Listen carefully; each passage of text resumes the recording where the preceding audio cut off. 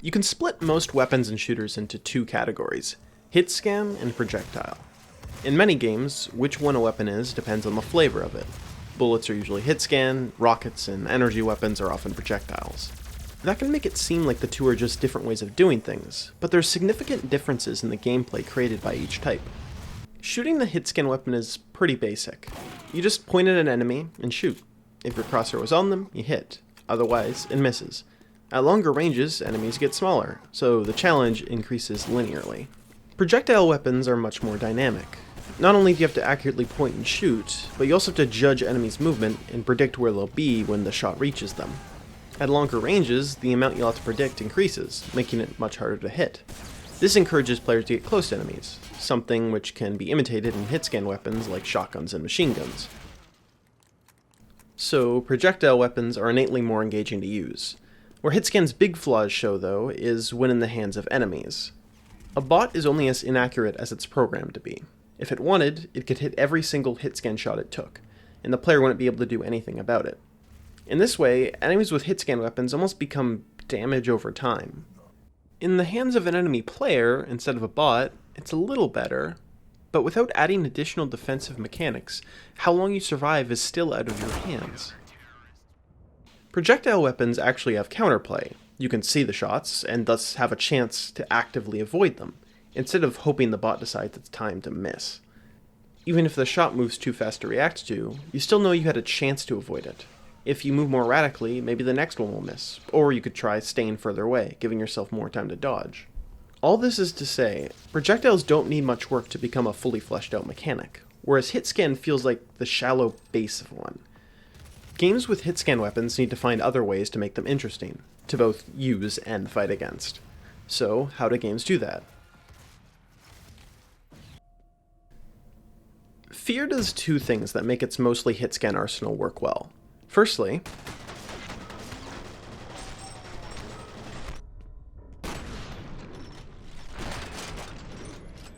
the weight and impact of these guns makes them satisfying to use, even if they are straightforward. A slow projectile rarely creates the same effect. The other trick involves creating active counterplay to hitscan enemies, that being having the soldiers narrate and call out what they're doing. This means that when you're sitting behind cover, the traditional counter to hitscan opponents, you could still make meaningful tactical decisions in response to enemy actions. This, combined with the level design in Jedi, turns those moments where you're basically forced to stop playing the game to survive into a part of the combat. Another way to do this is through movement mechanics. While a bot theoretically doesn't care how fast you're moving, they're probably programmed to be less accurate the faster you're going. As such, games that let you zoom around the battlefield, Titanfall 2 for example, can imitate the advantages of projectile weapons by letting you dodge shots in a similar-ish manner. In that scenario, where half your brain is going to just keeping you moving, the simplicity of hitscan works well. However, while you can then dodge enemy hitscan, there's not really much feedback that your speed is really helping. How can you tell if a bot missed because of your actions, or just random chance? This is a problem which, again, projectiles solve, since you can see them and watch their trajectory. Counter-Strike adds depth to shooting hitscan weapons by adding technical skill to shooting accurately. Understanding your gun's spray pattern and being able to control it at any distance, managing your fire rate to allow your aim to reset properly, controlling and timing your movement to shoot when you're standing still, all these things and more go into making your shots hit. Because accurately hitting is such a challenge, even though there's not much you can do in order to prevent being shot, when you're killed, you know that the enemy earned it. Probably. Shootouts still usually become a game of who can hit the other person more, but because shooting guns is such a technical skill, that's still engaging. On top of that, frequently missing shots allows bullets to be more powerful, without the time to kill being too low. This means that, when you hit your shots, it can be incredibly satisfying. Of the powerful guns in TF2, the sniper and the minigun stand out. Their nature as hitscan weapons mean they can inflict a lot of mostly unavoidable damage at a long range, unlike their projectile peers. This makes the sniper and heavy powerhouses that can hold down a lot of terrain and threaten most enemies. However, they have weaknesses designed into these weapons. Both scoping in and revving up reduce movement, on two classes that were already lacking in that department.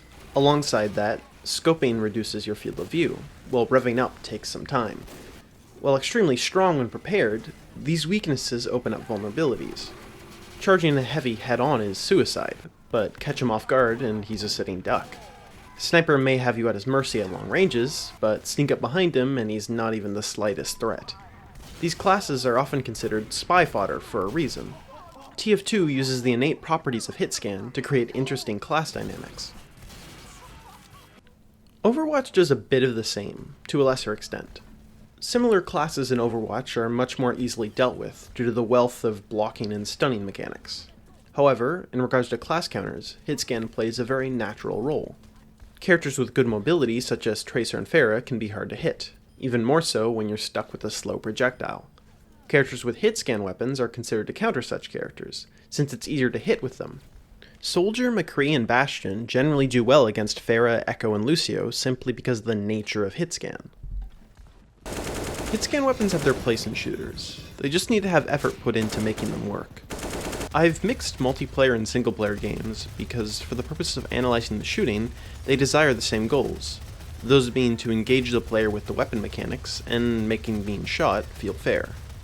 PvP games tend to spend more time fleshing these out since they make up a majority of the gameplay, and though single-player games have some interesting ideas, they rarely can translate to PvP shooters. I doubt Titanfall 2 would have such in-depth movement if it wasn't a multiplayer game first.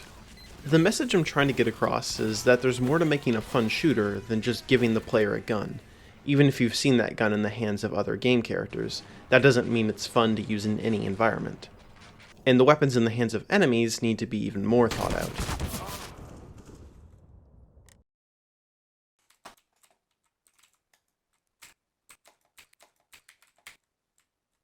Wait. Okay.